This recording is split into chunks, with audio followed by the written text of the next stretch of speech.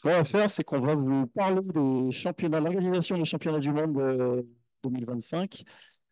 Pas du tout nombreux, pas du tout. Donc, si vous avez des questions sur la sportive, en règle générale, l'organisation, on va attendre quelques minutes parce que cette présentation était prévue à 30, il nous reste 5 minutes. Après, sur l'organisation de la sportive, on a à nos côtés, là, je vais me présenter, moi je suis Pascal Noireau, responsable du pôle paramoteur à la FFP. À mes côtés, nous avons Laurent Rapito, qui est entraîneur national pour les microlight. Euh, voilà. Pascal Vallée étant responsable entraîneur sur les PPG, sur les paramoteurs. Euh, et puis Georges Bonnet, qui est là assis à côté, qui s'occupe du scoring. Le scoring, c'est une science. On va peut-être vous présenter un peu à quoi ça ressemble. C'est vraiment une science assez compliquée, complexe, euh, qui provoque beaucoup de débats et qui, au niveau international en tout cas, qui est passionnante, qui est intéressante, passionnante, qui occupe pas mal de temps. Laurent, tu veux dire 2 mots sur les sportifs pour meubler, pour attendre quelques minutes avant qu'on attaque? Non, c'est le DT1 qui est tout prévu, mais là, il est sur le stall qui va commencer vers 17h et quelques. Donc, le côté sportif et la sportive au niveau de la fédération, c'est un pôle sport avec un DTN, directeur technique national, avec un CTN, après avec des personnes comme moi, avec Georges et des personnes comme Pascal Vallée, qui vont être les entraîneurs nationaux, les sélectionneurs et organisateurs de compétition. Patricia qui arrive, qui est la responsable pôle sport de la fédération, notamment pour le Classic Class, pour notre partie à moi, on va dire. Donc la compétition, en résumé, nous sommes une fédération sportive, donc ce qui veut dire qu'il y a une fédération sportive, on dépend du ministère des Sports, et on doit avoir un département sportif, on doit faire des compétitions régionales, nationales, voire internationales. C'est une obligation de toute fédération sportive. Si on ne faisait pas ces compétitions, on ne serait pas une fédération sportive, on serait une association avec beaucoup moins de subsides, beaucoup moins de moyens, beaucoup moins de visibilité, surtout par rapport au national et à l'international. Donc voilà pour la partie compétition, pourquoi on fait la compétition, d'un point de vue déjà politique et sportif. Après, moi j'aime bien dire, on organise des compétitions régionales, on a découvert la compétition, on organise un championnat de France, et après on a également la marche supérieure de l'international. La compétition en nous, c'est quoi? C'est ni plus ni moins optimiser les capacités de chaque pilote. C'est-à-dire qu'aujourd'hui, quand on pilote, moi le premier, quand je fais des grands déplacements, on va regarder plus facilement un GPS, une carte, j'aime bien avoir la carte. Donc, c'est-à-dire qu'en compétition, on va explorer des capacités intrinsèques de pilote pour les optimiser pour que ce soit inné. À savoir, par exemple, la navigation qu'avec une carte, ça va naviguer une carte. Quand vous êtes en voyage, vous avez posté en panne, vous êtes perdu, vous avez votre carte, vous savez naviguer à la carte. Vous l'avez peut-être appris, mais maintenant, on l'a peut-être oublié. Et également, dans la compétition, il y a une preuve de mobilité. La mobilité, c'est de la prise d'atterrissage avec le moteur, sans moteur, au national et international, c'est sans moteur. C'est-à-dire que quand on vole, on sait très bien que notre moteur peut tomber en panne. Donc là, on va apprendre, on va s'entraîner et on va appréhender de manière positive le moteur, couper le moteur pour poser une machine à des bandes de 5 mètres, de 10 mètres, le plus précis possible sans le moteur. Donc ça, c'est l'apprentissage. Ça faut que ça devienne également la gestion de l'économie, la gestion de l'essence à bord d'une machine, savoir voler avec une quantité d'essence. Alors, tantôt, il s'avère qu'en voyage, on va avoir il diminue, descend, connaître sa machine pour savoir comment on peut faire de distance avec une quantité d'essence limitée. Donc, compétition, on l'apprend et on va poser quasiment avec 100 litres d'essence, voire zéro, pour achever une fois complète. Donc, ça, c'est une gestion de stress. Ça s'apprend, ça se gère également. Ça permet également d'avoir une compréhension du fonctionnement de la machine au quotidien, pour la vie de tous les jours. On a d'autres épreuves qui peuvent être de la mobilité un peu plus précis. Ça peut être la précision dans le vol. On demande à des pilotes de voler dans un couloir de 500 mètres. Alors, au sol, on se dit 500 mètres, c'est super facile, super large.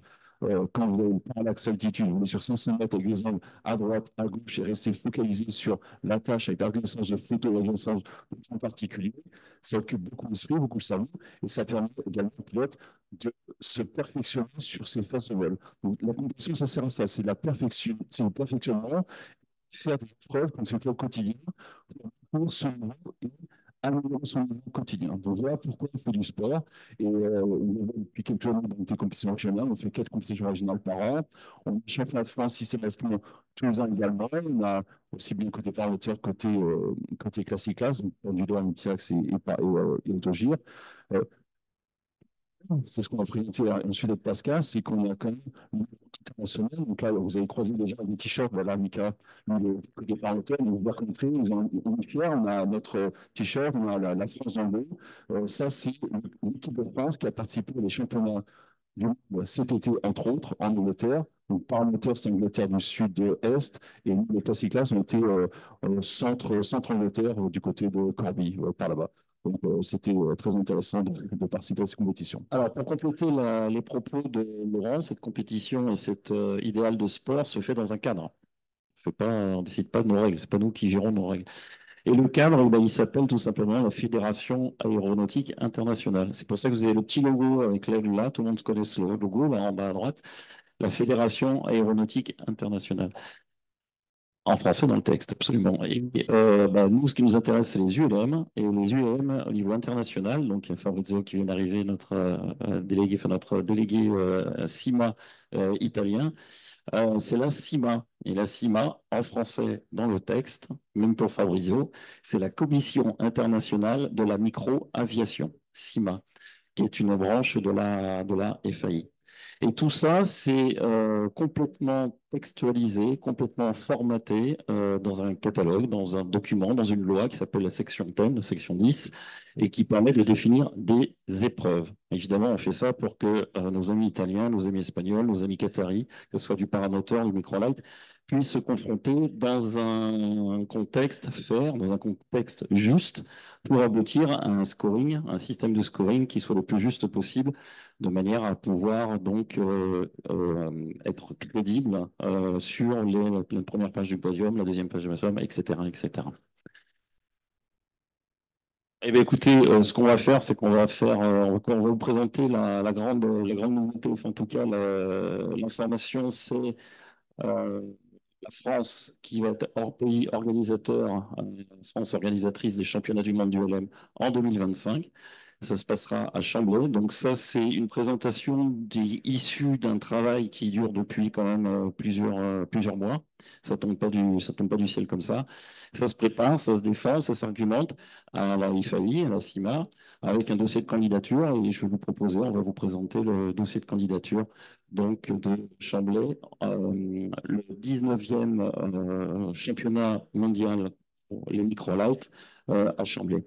C'est associé à ce championnat de microlight, les championnats de paramoteurs. C'est pour ça que Mika, il est là, parce qu'il regarde, il va prendre des renseignements. Sur les paramoteurs, alors évidemment, on ne concourt pas. On fait une semaine en multi-axe, enfin une semaine en microlight et une semaine en paramoteur. Une petite précision avant de vous dérouler ça, c'est que la FAI distingue, n'a pas six classes. En France, ça c'est une construction française. On n'est pas du tout les mêmes organisations dans les autres pays. La Fédération aéronautique internationale distingue le microlight qui regroupe les autogires, les multi-axes et puis donc les pendulaires et les PPG, c'est-à-dire les paramoteurs. Et après, dessous, vous avez un monoplace ou un biplace ou décollage à pied ou un chariot pour les paramoteurs. Et tout ça, c'est la même chose, c'est un dénominateur commun qui est utilisé pour construire, designer les épreuves, et c'est la même chose dans tous les pays, que ce soit aux États-Unis, au Japon, en Inde ou en Italie. Alors, du coup, il faut que je me mette là.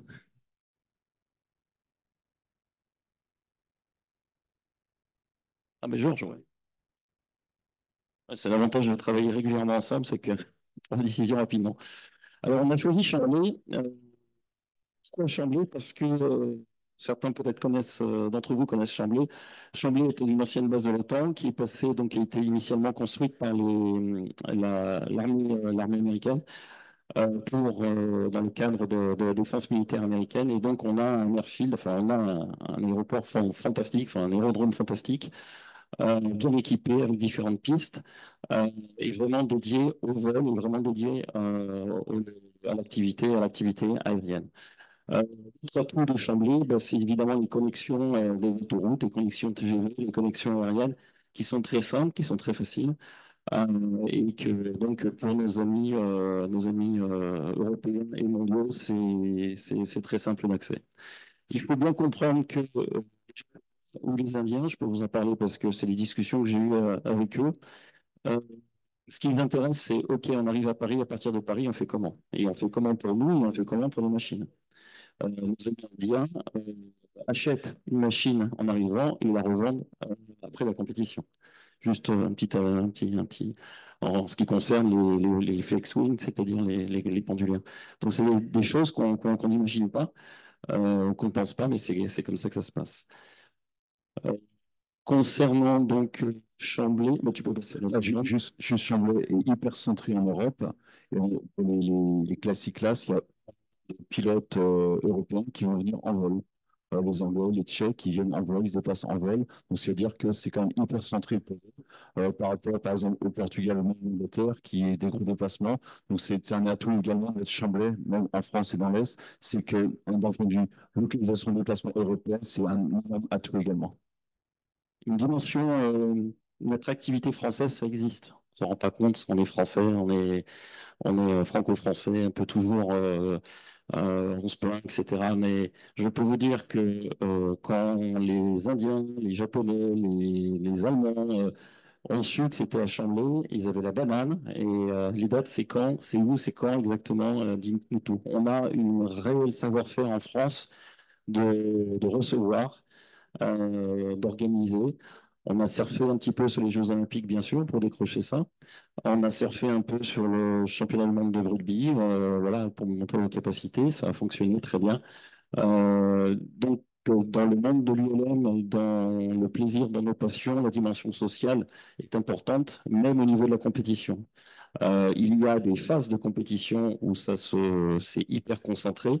Il y a aussi une phase friendly, sociale, euh, qui est compris, hein, c'est compris dans la compétition, dans le timing de compétition. Il y a quand même un degré de partage de passion et de partage de moments.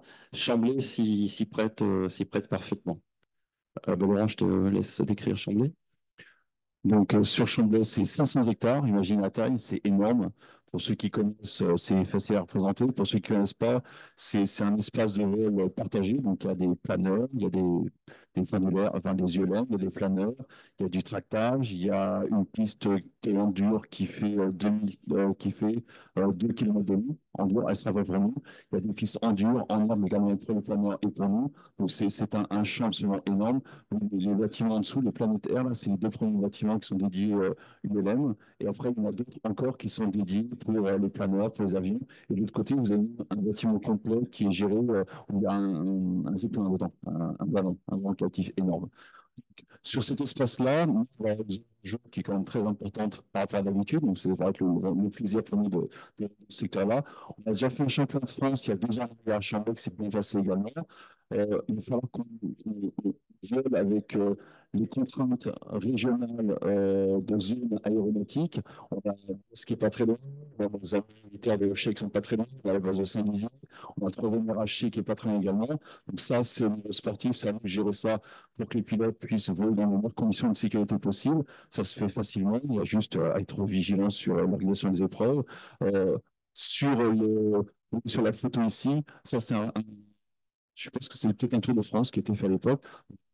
Simplement, cette bande-là, la particularité qu'on a aussi, c'est que le public aura un visuel sur les machines, ce qui n'est pas toujours le cas en compétition internationale. Cet été, on était en Angleterre, donc à Dinthorpe, et à Dinthorpe, le public était extrêmement loin de toutes les évolutions de machines. Donc c'est hyper frustrant.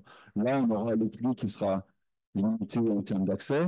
Et derrière, on va quand même du visuel sur les machines, sur certaines retours d'épreuves, certaines épreuves. Donc c'est aussi l'attractivité. Le choix de Chambly a été fait dans cet esprit-là, de cette attractivité-là également. Et le choix de Chambly a également été fait parce que euh, vous avez des équipements, vous avez des pistes, mais aussi vous avez des hommes qui gèrent les pistes. Et les hommes, vous en avez un, c'est Fabrice Depardieu. Vous avez une équipe pilotée par Georges Meaux, que vous avez croisé, qui est organisateur, qui organise le MIM également, Georges. Euh, et ces gens-là, ils connaissent les avions, ils connaissent l'ULM, ils connaissent leur site. On les connaît aussi, donc ils nous connaissent aussi. Et il y a toute une chaîne de confiance et il y a toute une chaîne qui permet de réagir rapidement et de s'adapter rapidement. Puissance. Voilà le détail des pistes de Chambly. Donc là, il n'y a pas de. Tu peux les rouler, hein, il y a pas de filtre, c'est-à-dire que c'est tel qu'on l'a présenté à l'EFAI en argumentant. L'idée, c'est de évidemment séparer dans le temps et dans l'espace les compétitions. Il faut s'imaginer, je ne sais pas si certains d'entre vous ont déjà assisté à une compétition du LM, mais les pilotes sont vraiment dans leur bulle et il faut les protéger. Leur responsabilité, c'est de les protéger par rapport à tout risque, tout danger, etc. Dans ces conditions, dans ce focus à la performance, cette recherche à la performance. Donc pour cela, Chambly s'y prête parfaitement puisqu'on a donc des espaces qui sont relativement énormes, qui sont grands, qui sont spacieux. Et donc, l'idée, là, c'était de séparer à la fois dans le temps et dans l'espace les microlights, donc les trois axes, et les paramoteurs. Sur une compétition internationale, euh, sur une compétition régionale, on va gérer entre 5 et 15 machines. Une compétition nationale, on va gérer côté classique-classe entre 10 et 20 à 25 machines. Dans l'ordre d'idée, c'est la jauge que l'on a. Côté par hauteur, c'est plus élevé. Au niveau international, cet été en Angleterre, côté classique-classe, on était 57 équipages à concourir. Là, ce qu'on attend sur 2025 en France, l'estimation qu'on a, c'est qu'il y aura 80 équipages. Donc 80 équipages, et là, ça prend plus de 300 personnes en compétition, parce qu'il y a les accompagnants, il y a les équipages de place, les accompagnants, il y a les team leaders, il y a toute la structure, les gens qui viennent autour. Ça, c'est juste pour la base vie. Il y aura 300 personnes de base vie, donc la structure derrière. Et imaginez également la complexité pour les épreuves, quand vous avez 80 machines à envoyer en l'air, des machines rapides, ce qui veut dire qu'on a une machine toutes les 3 minutes sur ces épreuves. Donc entre la machine 1 et la machine 80, il y a 240 minutes. Il y en a certains qui vont partir à vol, certains qui vont venir, alors que certains ne sont pas encore partis. Donc, c'est toute la cohabitation de l'espace avec un computer, avec des machines rapides, des machines lentes à gérer, on va dire, pour moi. Et il nous faut un espace dédié et que Chambly s'y peut parfaitement. On ne peut pas faire ça sur une petite base ULM parce que la contrainte serait trop forte pour l'espace et pour l'habitation. Et Chambly, vous avez vu, on a des marguerites, on a tout ça, on a tous les espaces de gestion et surtout la gestion des machines au sol par des machines et au repos des machines. Tout ça est parfaitement codifié par la FAI. Vous avez un code, vous avez un texte qui explique comment organiser un championnat du monde avec des strates impératives. Donc, Laurent vous a parlé des pilotes. Il faut également parler des marshals, les équipes de marshals que vous connaissez. Il faut parler également du jury FAI, puisque c'est pas nous qui faisons le jury. Vous avez l'équipe de scoreurs. Georges fait partie de l'équipe de scoreurs. Vous avez toute une organisation qui vient euh, mettre en musique la compétition, avec basiquement des hommes, des compétences. Et tout ça, il faut le mettre en musique autour d'un site. La prochaine, Georges. Chambly est très intéressant. On en a parlé rapidement vis-à-vis de, évidemment, l'aspect social des choses dans la compétition, parce que il faut respirer entre les épreuves. Les équipements qui sont sur place, ils ont la chance, l'opportunité, enfin vraiment une chance immense d'avoir des équipements exceptionnels, d'avoir des sites pour pouvoir loger, tout se prête. Et Chambly s'imposait parce que vous avez également le Mondial Air Ballon qui n'a plus le même nom maintenant puisque l'organisation a changé. C'est juste colossal le Mondial Air Ballon. Je crois que le record du monde de lancer d'envol de montgolfière est de 500, tu me dis, Fabien 400, 450 montgolfières alignées à Chambly qui décollent le même moment, donc au même lieu, le même moment, et avec des centaines je crois que c'est 5000 personnes, je ne sais plus combien, je crois que c'est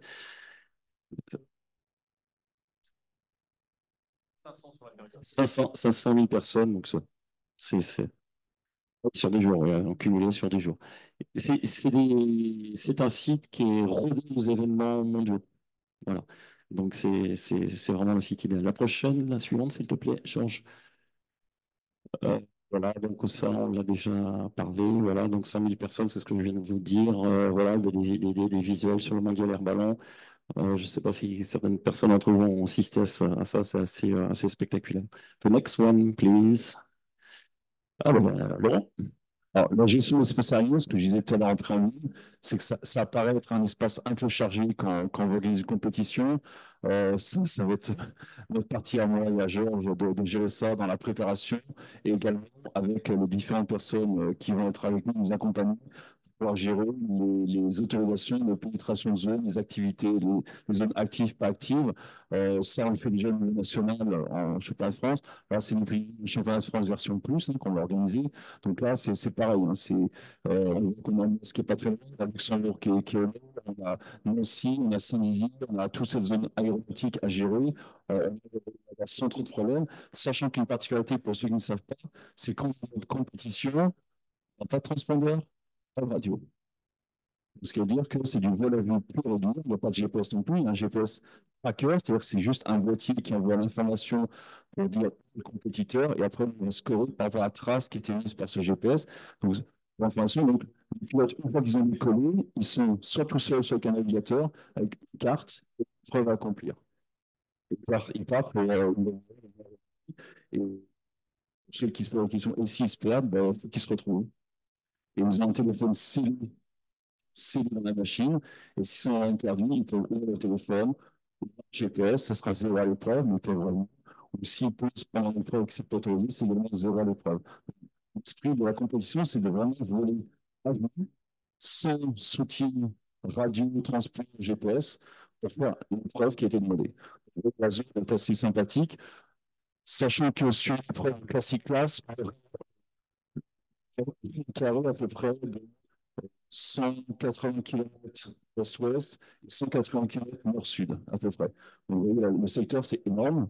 C'est 200 km sur 200 km, ce qui nous permet, en tant que Georges Scorer, de lancer de l'épreuve, soit secteur nord, secteur sud, ou à l'ouest, centré, machin, ce genre de choses. Donc, ça, c'est le plaisir aussi de créer des épreuves, surtout faciles à scorer, d'où l'importance qu'on verra après.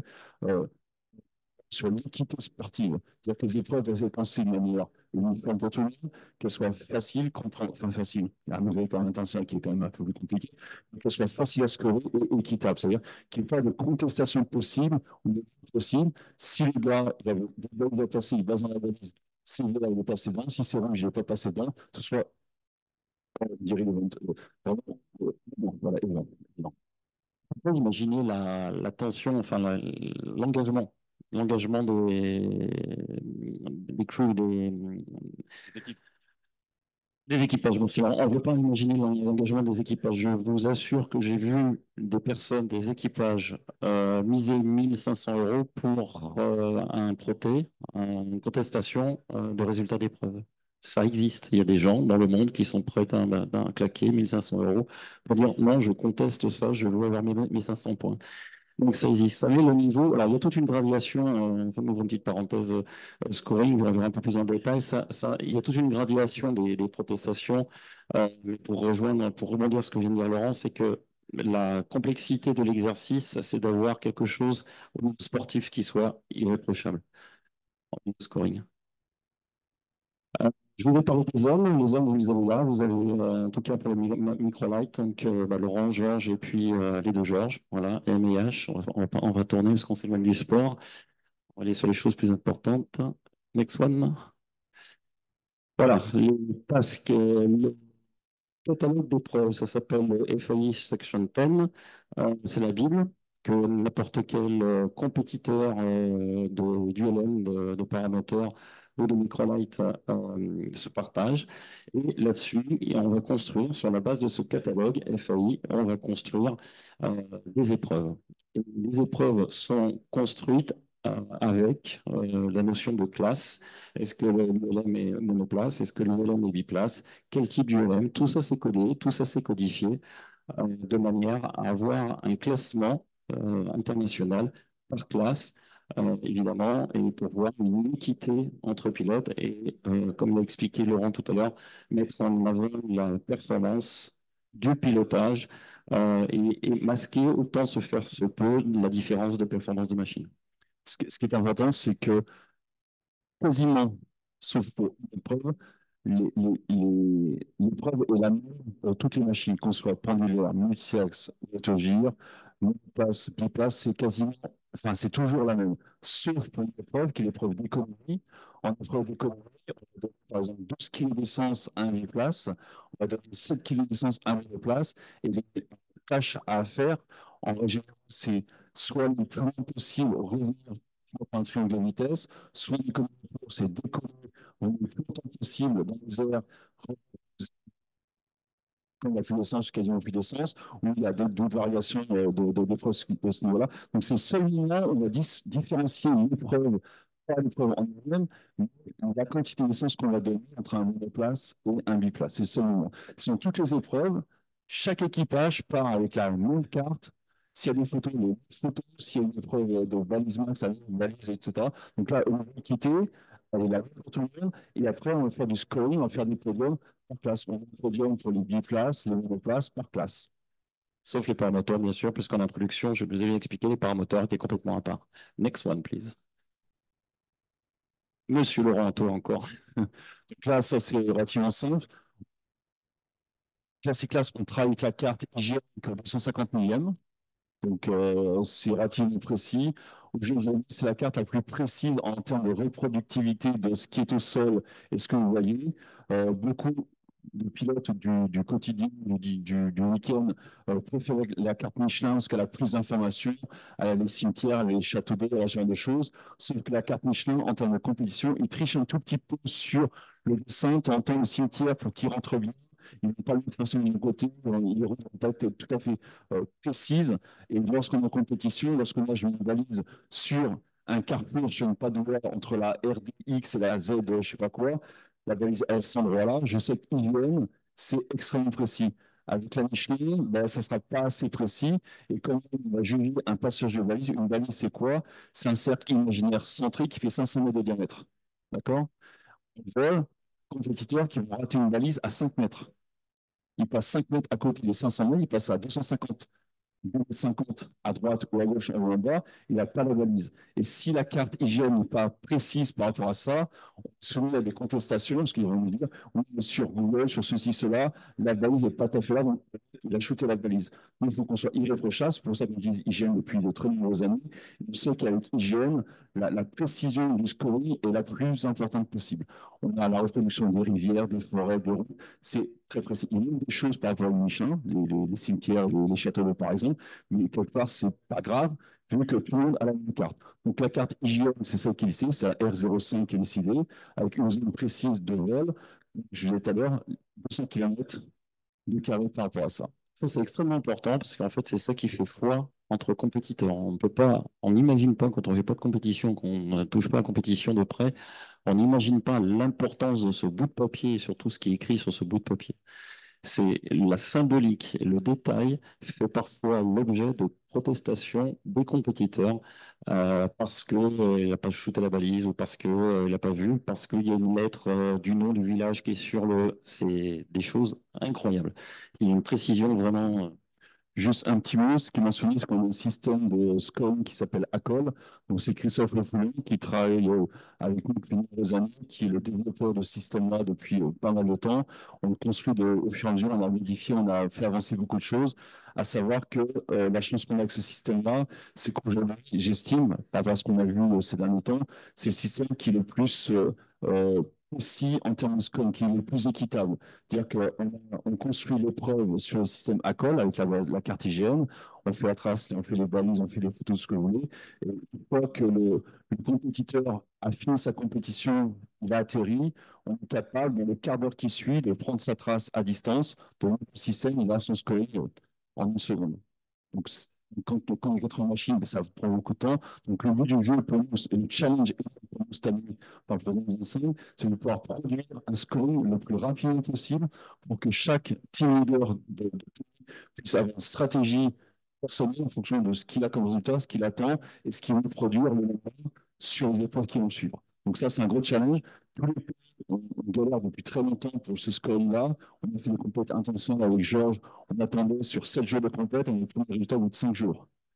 Donc, on veut faire 5 jours, on n'a pas de résultat. Le cinquième jour, il y a tout qui arrive. Donc, soit on est bon, soit on n'est pas bon, on ne sait pas. Donc, ce point-là, la FAI le demande et met la pression sur chaque organisateur pour le produire. Donc, L'ingénierie du scoring est un levier extrêmement important pour notre activité, pour notre passion commune. Pourquoi? Parce que cette ingénierie du scoring qui permet de faire du score rapidement et irréprochable permet de faire de la visibilité. De la visibilité de broadcast, médiatique, YouTube, chaînes sportives, etc. Et ça n'existe trop peu Et la FAI est demandeur, enfin demandeur à fond là-dessus, parce que ça permet vous allez voir du stall ce soir, c'est exactement ça, c'est vraiment la stratégie de la fédération, c'est de rendre plus visible et plus compréhensible la performance sportive. Malheureusement, quand on fait des épreuves en multi-axe ou bien en paramoteur, les pilotes s'en vont, décollent, s'en vont, ils ne les voient plus, il n'y a plus rien à voir. Avec ces systèmes de ACOL, par exemple, permet d'apporter de la visibilité de scoring et permet d'avoir donc la meilleure compréhension des enjeux sportifs. Et ça, c'est le travail en partie la partie de Georges. Voilà un petit résumé de la colle, hein, ce que ça nous permet de faire. Donc là, vous voyez, c'est une carte, la carte IGN où j'ai mis des balises. Ça, c'est au stade du passage du pilote. Quand c'est vert, c'est qu'il a shooté la balise. Quand c'est bleu, c'est soit il n'avait pas prévu de la faire ou il est passé à côté. On va avoir tout ce système-là. Le score, il est point qui arrive automatiquement, donc 100.0, 100 100.100. Et après, on accumule. Le score max, c'était 3300 points. Et en dessous, on a les tableaux qui donnent le score. Ici, c'était une épreuve qui nous a été un petit challenge qu'on avait qu'on a eu le champion du monde cette année, qui n'existait pas par le passé, qui a été créé l'année dernière par les Anglais. Cette preuve-là, c'est assez original d'ailleurs en termes de comptabilité. Les Français se sont entraînés, ils n'ont pas été mauvais du tout sur le champion du monde. C'est que là, vous devez faire un cercle le plus parfait possible entre 250 mètres et 700 mètres. Alors, c'est facile, sauf que la contrainte, c'est qu'on va prendre on va prendre le rayon le plus petit et le rayon le plus grand et on va juger l'écart de rayon. Si le rayon est identique, vous avez tous les points. Si vous avez un rayon qui est plus grand et qui est plus petit, on fait une division et vous pouvez très bien avoir zéro également. Donc là, c'est simple. Le pilote, il arrive par la porte d'entrée ici. Là, ici, il traverse. Après, il va commencer le tour. Là, le tour commence ici. Il fait le tour complet. Et après, il va ressortir. Et c'est cette distance-là qui est mesurée par le système automatiquement également. Donc, c'est très intéressant. Et là, ça permet, je parlais tout à l'heure en training par rapport à la compétition. Ça prend quoi? Ça prend le pilote de gérer sa capacité à faire des virages, un peu engagé ou pas engagé, et à juger son attitude et son nombre de vols également. Donc, c'est de l'apprentissage qui va également renforcer la capacité du pilote à exploiter le mieux possible son domaine de vol. Avec des conditions changeantes, puisqu'un des pilotes qui décolle à 9 heures n'aura pas les mêmes conditions qu'un pilote qui décolle à 13 heures, bien sûr. Ça, c'est ce qu'on avait regardé pour faire aussi. Ça sera le futur. Le but, c'est d'avoir, par exemple, ça c'est en Espagne, c'est d'avoir du streaming en direct avec des caméras embarquées sur machine, avec des choses qui sont vraiment diffusées avec des commentateurs. Donc ça, c'est ce qu'on veut faire à terme. On ne sera pas prêt pour l'année prochaine. Mais l'objectif, ce que la FAI également cherche et pousse les fédérations, c'est d'avoir sur un système pour faire vraiment la compétition au niveau international et au niveau des pays. Oui, exactement. Il y a un bon exemple, mais qui a coûté énormément d'argent. C'est ce qui s'est passé au Qatar en paramoteur, avec des compétitions de slalom paramoteur. Ça a coûté beaucoup, beaucoup d'argent. Ça a permis de voir du streaming en live hyper intéressant sur YouTube et sur des chaînes sportives. Clairement, il n'y a que le Qatar qui peut se permettre de se payer ce genre de streaming et de ce genre de direct. Et donc, les autres pays ben, s'accordent à faire quelque chose de plus doux et s'accordent à faire quelque chose de plus simple. Alors, on y travaille, ça demande des outils, ça demande des capteurs, ça demande des professionnels, c'est un vrai métier, enfin, c'est des choses, des vraies compétences. Et c'est des compétences qui sont rares, donc qui sont coûteuses. Euh, Et puis, bah, ça demande de l'innovation aussi, parce que Laurent vous a parlé du système espagnol de Yago, qui est assez original, qui est peu coûteux, qui est en compétition avec d'autres systèmes, notamment le système qu'on est en train de regarder pour le stall, qui est basé sur l'analyse par intelligence artificielle d'images pour voir si les roues posent et quand est-ce qu'elles posent, à quelle distance les roues posent, touchent le sol. Enfin, il y a beaucoup, beaucoup, beaucoup de sujets transversaux autour d'un championnat du monde, autour de la compétition. Vu le jugement le plus possible, parce que lui se trompe, surtout quand vous avez une machine qui arrive à entre 100 et 140 km/h pour poser une box, vous avez 5 mètres, une devine tous les 5 mètres. La machine, est-ce qu'elle a touché devant, sur la ligne, derrière la ligne? Donc là, on a ce qui défend ça. Donc, 4 Marshall pour avoir un avis différent par rapport au la de la machine. Donc là, on là-dessus. On aura toujours des personnes qui vont regarder, qui vont juger. Mais l'avantage de la caméra, de l'intelligence artificielle, c'est de pouvoir dire où est-ce que la machine a posé réellement, à quelle distance elle s'est arrêtée, ou quand elle a décollé, elle a fait combien de décollage. Donc, pour ça, c'est intéressant. Et ce qu'elle dit dans la coactivité de nos activités, aussi bien paraméteurs que Stoll et le Classic Class, c'est qu'on partage nos outils. Le Hackle, il est maîtrisé chez nous, le Classic Class, il est maîtrisé chez les paramoteurs, la caméra qui est maîtrisée sur le stall, donc moi, je vais l'apprendre de mon domaine à moi, et peut-être que les paramoteurs en ont également besoin. Donc ça, c'est la coactivité, et vraiment, un peu pas la course à l'année, mais l'innovation, créer l'innovation, et en récupérer après les fruits. Encore une fois, l'IOLM est source d'innovation, mais ça, on a été convaincus. Les dates, ça va être août 2025. On essaye de faire toujours une semaine de préparation, une semaine de compétition, une semaine de préparation pour les pilotes paramoteurs et une semaine de compétition. Généralement, la compétition commence, enfin généralement, on a décidé comme ça, le samedi matin et s'arrête le vendredi soir. Et là, vous avez un créneau de compétition, c'est la compétition, tout peut se passer. Pourquoi ça fonctionne comme ça? Tout peut se passer, c'est-à-dire que les pilotes, les team leaders et les compétiteurs sont à disposition de la compétition. Pourquoi c'est comme ça? Parce que, évidemment, il y a la météo. Et la météo, on ne fait pas ce qu'on veut. Donc, le team leader, les organisateurs, les directeurs sportifs ont un catalogue de compétitions, ont un catalogue d'épreuves conforme à la réglementation FAI, bien sûr, et selon la météo et selon les conditions météo, appliquent, sortent, font démarrer un certain nombre d'épreuves auprès des compétiteurs. C'est la raison pour laquelle la compétition, c'est sur un créneau d'une semaine. On est sur la fin. Donc, juste pour information, championnat 2025 en France à Chambly. On aura une équipe de France. Donc, pour créer une équipe de France, on parle d'un collectif France. Le collectif France est issu de pilotes qu'on identifie en régional ou au championnat de France au niveau national. De ces personnes-là, on va faire un collectif. Et de ce collectif, on va équipe de France qui sera qualifiée pour l'international. Donc ça, c'est relativement important à savoir également. Et c'est vrai aussi bien pour le Classic Class que pour les paramoteurs. Juste pour information, dans la salle, on a quand même deux compétitrices. Donc, Patricia et Mimi, qui est champion du monde de cette année à Dintorp, ont fini. Donc, un petit applaudissement, j'ai envie pour votre Mimi. Et juste pour information, moi j'ai fait la compétition il y a très longtemps, j'ai arrêté il y a relativement longtemps, sous vos applaudissements. Juste 5 premiers de ce classement par de place, les 5 premiers, je pense qu'il y avait 20 titres de champion du monde sur les 5 premiers. J'ai la performance de finir troisième avec ces monstres sacrés qui étaient pardon, des monstres sacrés, qui étaient déjà compétiteurs quand j'y étais, mais j'ai arrêté certains continuer. Donc, il y avait 20 titres de champion du monde dans les 5 premiers. Donc, encore une fois, Patricia Emily, je sais pas. Tirer notre chapeau aussi à l'équipe de France paramoteur, puisque au dernier championnat en Angleterre, nos compétiteurs, nos pilotes paramotoristes ont raflé 4 médailles d'or. Alors, sur l'ensemble de médailles, enfin, tout était curé. On a chanté la Marseillaise 4 fois, on avait mal à la gorge. Enfin, c'était fantastique. La France est un pays terre. La France, on a toujours un cocorico. Un bon pilote, d'excellents pilotes. Il y a une culture paramotoriste, bien sûr. Microlight, on y travaille, et bien sûr, ça se développe très, très bien. Donc ça, c'est important de le dire, c'est important de le souligner, soyez-en conscients, parce que le français, parfois, mais ça marche très, très bien, quoi. On est très reconnu au niveau international.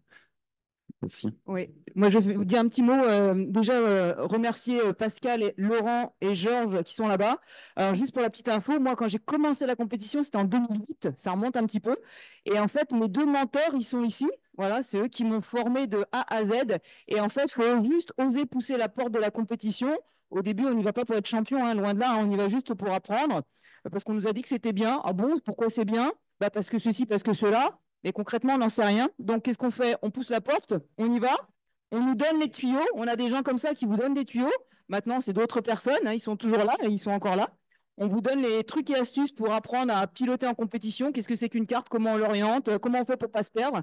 Moi, évidemment, on se perd les premières compétitions. Et en fait, pourquoi on fait de la compétition? C'est pas forcément pour les médailles, c'est pour apprendre, c'est pour progresser, c'est pour développer et maintenir des compétences.